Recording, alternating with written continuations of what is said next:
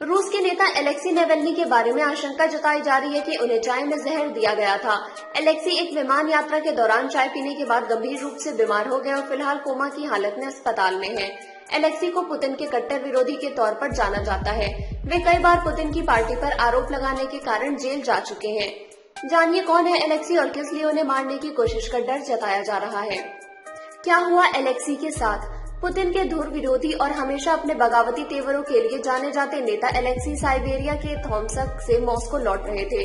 विमान यात्रा के दौरान उन्होंने तबीयत खराब होने की शिकायत की। बिगड़ती हालत को देखते हुए विमान की इमरजेंसी लैंडिंग कराई गई। फिलहाल वे बेहोशी की हालत में वेंटिलेटर पर हैं। एलेक्सी के समर्थकों का कहना है कि उनके बारे में सरकार सही जानकारी नहीं दे रही है। ये भी आशंका जताई जा रही है कि उन्हें चाय में जहर दिया गया है।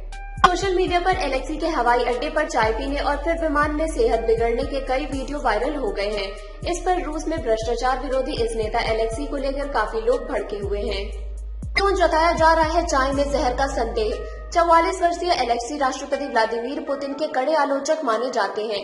वे लगातार पुतिन की यूनाइटेड रशिया पार्टी में भ्रष्टाचार का विरोध करते आए हैं। जून में ही संवैधानिक सुधारों पर हुई वोटिंग को एलेक्सी ने बगावत कहा था और कहा था कि ये संविधान का उल्लंघन है। बता दें कि पुतिन का मौजूदा कार्यकाल साल 2024 में खत्म होना है। हालांकि उन्होंने इसी साल जून में संवैधानिक सुधारों पर देश क्षेत्र पर वोटिंग कराई। इससे वे 2024 के बाद भी अगले 16 सालों के लिए सत्ता में रह सकते हैं। एलेक्सी ने इसे संविधान के साथ सीधी छेड़छाड़ बताया था और लगातार आलोचना कर रहे थे।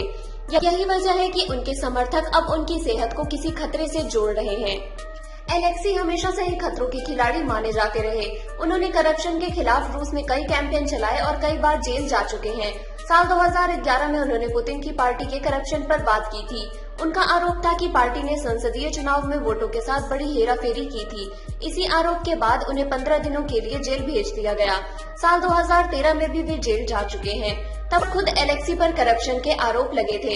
हालांकि उनके समर्थकों का कहना था कि सरकारी भ्रष्टाचार सामने लाने के कारण उन्हें फंसाया जा रहा था। लगातार हुआ हमला। इसी तरह से साल 2017 में उन पर हमला हुआ जिसमें उनकी दाईं आंख बुरी तरह से प्रभावित हुई। साल 2018 में एलेक्सी ने पुतिन के विरोध में राष्ट्रपति चुनाव में खड़ा होने की कोशिश की थी, लेकिन उन पर गबन के आरोप के साथ चुनाव लड़ने की इजाजत नहीं मिली।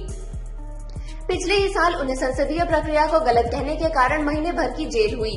इस दौरान भी वे एकाएक बुरी तरह से बीमार हो गए थे और कहा जा रहा था कि उन्हें जेल में जहर दिया गया था।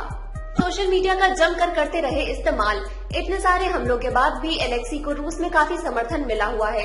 यहाँ तक कि वे सोशल मीडिया के स्टार माने जाते हैं। वे अपने आंदोलनों के लिए सोशल मीडिया का काफी बेहतर इस्तेमाल करते आए हैं। जैसे यूट्यूब पर उनके 3.79 मिलियन सब्सक्राइबर हैं। ट्विटर पर लगभग 2.5 मिलियन फॉलोअर्स हैं। एलेक्सी अपने ब्लॉग, यूट्यूब और ट्विटर पर लगातार वीडियो और कई चीजें पोस्ट करते रहते हैं जो सरकारी महकमों में करप्शन को दिखाते हैं। रूस में फिलहाल सबसे ताकतवर माने जाने वाले पुतिन की पार्टी को एलेक्सी ने party of crooks and thieves यानी बदमाशों और चोरों की पार्टी तक कह दिया था। खुद वॉल स्ट्रीट जर्नल ने साल 2012 में इस भ्रष्टाचार विरोध नेता को रूस का वो शख्स कहा जिससे पुतिन सबसे ज्यादा डरता है। रूस में पहले भी विरोधियों को जहर देने का रिकॉर्ड। अब एक बार फिर से एलेक्सी की जिंदगी खतरे में है और समर्थकों का सीधा आरोप है कि एलेक्सी को एक बार फिर से जहर देने की कोशिश हुई है। बता दें कि अपने विरोधियों को जहर देकर मारना रूस की राजनीति में एक कॉमन प्रैक्टिस मानी जाती है।